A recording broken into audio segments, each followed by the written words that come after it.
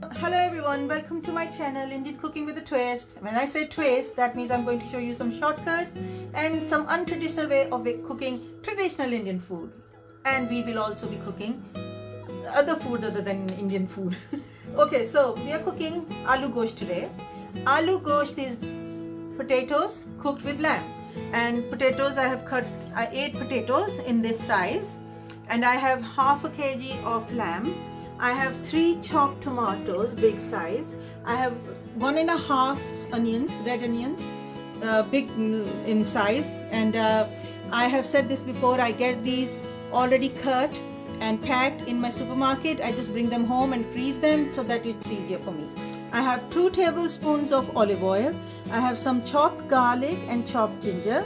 And the spices, I have 1.5 teaspoon of salt, half teaspoon of red chilies, which is according to your taste, and I have some cumin seeds, some ajwain seeds, which are very good for your stomach, and I have 1 red chili that is dry, and I have some dry curry leaves, 1.5 teaspoon of garam masala, 2 tablespoons of coriander powder, and I'm going to cook them in a pressure cooker, which I always cook the meat in the pressure cooker. It is good to invest if you're going to be cooking a lot of Indian food. It is good to be cooking in a pressure cooker. Right, now I'm going to put oil in the pressure cooker, and then we are going to add some curry leaves and dry red chili, and we're going to wait for it to change its color. So we can put it on a high flame. When that has changed color, we're going to add some cumin seeds. Now the curry leaves have changed a bit of color, so I'm going to add the cumin seeds, and they're going to crackle. I like that crackling noise, and very nice flavor comes out of it as well. So just let it crackle for a few seconds. When you can smell them, then you put the meat in it.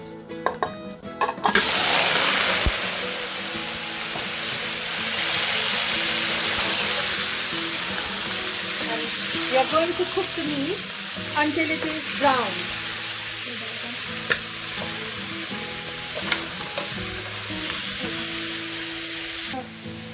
Okay, now the meat is, as you can see, it's gone brown. I'm going to add the onions,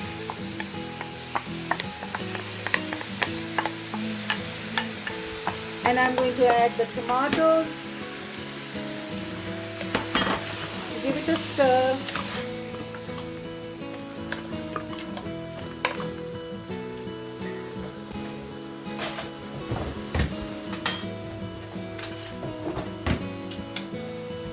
Okay, I'm going to put 1 heaped teaspoon and a half, 1.5 teaspoon of garlic,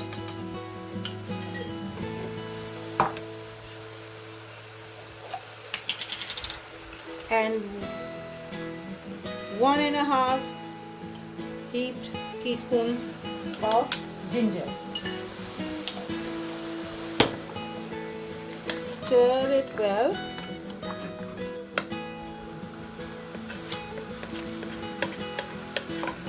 And now I'm going to add the spices into it.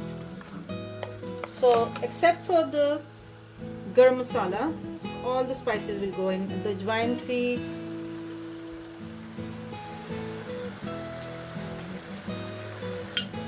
the chili powder and the salt, they're all going to go in. So one thing is missing from here, which I forgot, and I'm going to add that on, which is turmeric powder.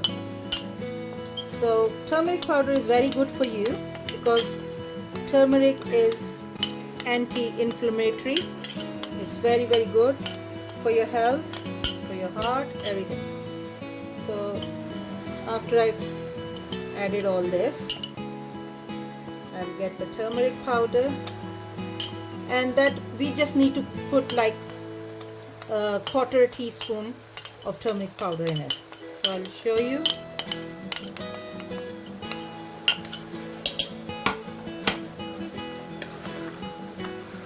Just giving it a stir. So you can see this is like 1/4 teaspoon of turmeric powder. Now we need to put some water in it. So I'm going to put 1.5 cup of 1 full cup of water in this, and then I'll see if I need more. Okay, so this is like 1 cup of water, and I think this is enough to cook it. Now, as I always tell you, that everybody's got different sort of pressure cookers and their timings are different. So you should know that how long it will take for your pressure cooker to tenderize the meat. I will keep it for 6 to 8 minutes, and then I'll open it and see how it is. So I'm now going to cover the pressure cooker, and we need to put a little weight on top. So when it is full of steam, it's going to make a sound, and we give it a few seconds and then lower the heat. Alright, now the steam has baked in the pressure cooker and it's making the noise. This is the noise we were going to wait for, and now I have to wait for it for a few seconds. It will go a bit louder, it will move a bit more, and I will know that now is the time to lower the heat. And when I lower the heat, I'm going to keep it for 8 minutes. Okay, so it's been 10 minutes and I've just opened the pressure cooker. With the pressure cooker, I am always saying this, and I'm going to say this again, that you have to make sure that it cools down first. So you know this weight, when you pick, the steam will be coming out. So put that back on and wait until all the steam is finished, and then you can open the pressure cooker. So which I have waited, and I opened the pressure cooker. This meat has been in the freezer, so it's brought out a lot of water. So now I have to wait for the water to dry, and also the meat I have to check it is fine. It is medium tender because we also have to put potatoes in it, so it should be medium, not fully tender. And when the water dries, then we will have to wait and see that the oil is making bubbles, and that is when we put our potatoes in it. So we're going to wait for the water to dry. Okay, so I have transferred the lamb meat into a bigger pan because I have to put the potatoes in, and the pressure cooker wasn't big enough, and also it helps the water to dry quicker. Now as you can see that the oil is making bubbles, and I hope you can see that.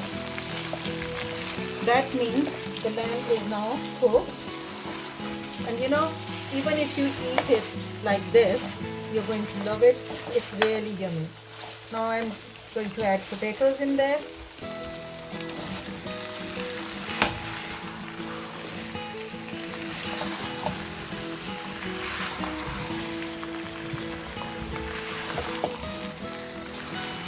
Give it a good stir. Let them cook a little so that all the spices get mixed up with the potatoes.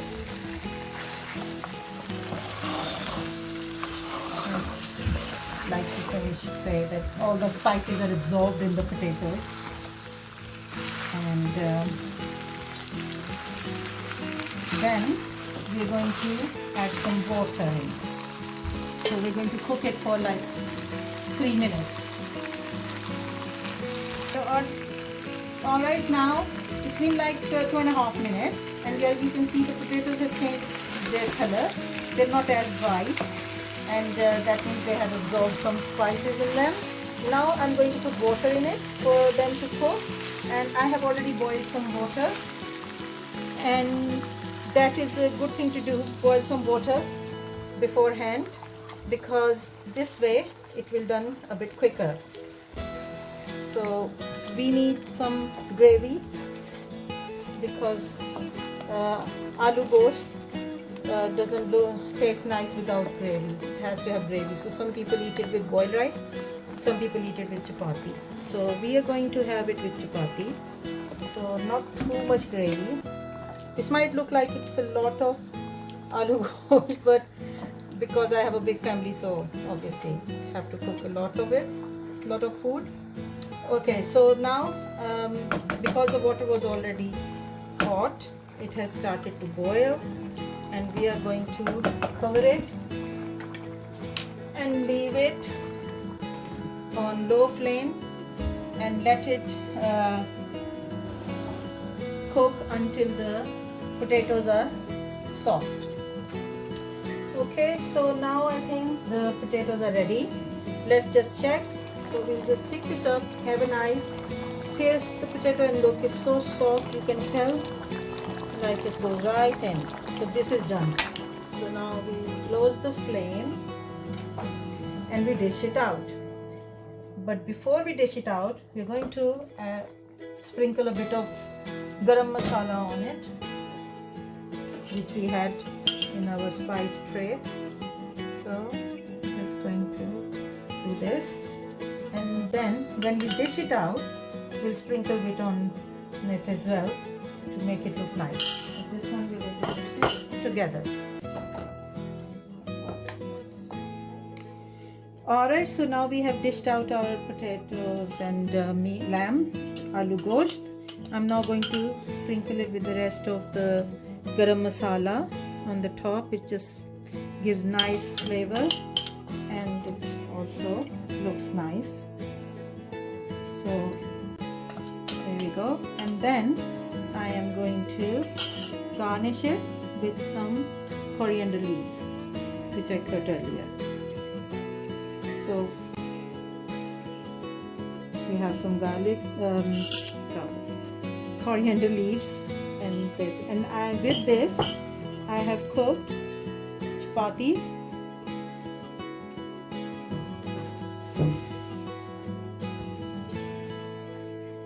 So these are the hot chapatis that I just cooked with this.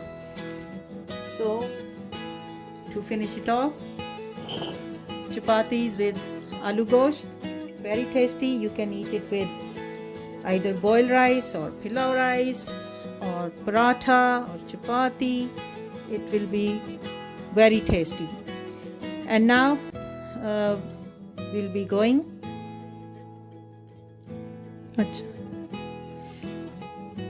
So I'm going to leave you with the thought of the day. So I like reading Reader's Digest, and the other day I was reading it, and in it I saw this very nice article. It was about grandparents, and it said grandparents who look after their grandchildren live longer. So love your grandparents, and if you're a grandparent, love your grandchild. And don't forget to like, subscribe and comment. Thank you.